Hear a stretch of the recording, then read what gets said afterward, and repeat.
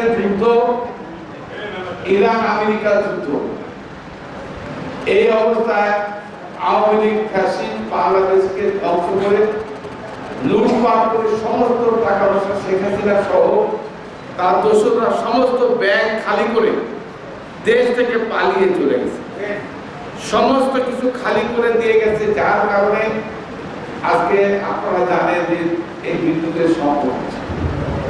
কারণ কুইক রেন্টারের নাম দিয়ে সরকার দেশের মানুষকে খুশি করেছে ঠিকই, কিন্তু দেশটাকে একেবারে ঋণে চলতে, অর্থাৎ অন্যের কাছে দেশটাকে বিক্রি করে চলে গেছে। শিয়া বাটার ও ভিটামিন ই সমৃদ্ধ লিলি বিউটি সোপ, তারুণ্যময় উজ্জ্বল ত্বকের জন্য। এটা তো তারেক রহমান কখনো হতে দিতে পারে। আমি জানি এই বিদ্যুৎ গ্যাস কেন্দ্র করে আপনাদের মধ্যে একটা অশান্তি সৃষ্টি হয়েছে। আমরা জানি, আমরা গতকাল পার্লামেন্টারি পার্টির মিটিং হয়েছে, প্রধানমন্ত্রী ছিলেন, আমরা ছিলাম।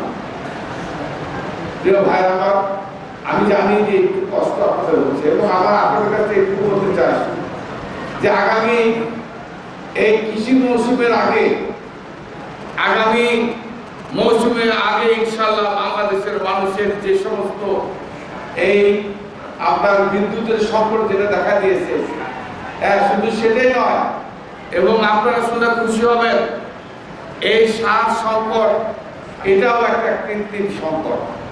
আজকে এই সারের ডিলারগুলো আগের সরকারের সময় হওয়ার কারণে, এবং আমরা সিদ্ধান্ত নিয়েছি প্রতিটা ইউনিয়নে নতুন করে আবার সারের ডিলার আমরা নিযুক্ত করব, যে সারের ডিলার সরাসরি পর্যাপ্ত পরিমাণ সার যেন আমাদের কৃষকের মধ্যে বিতরণ করতে পারে।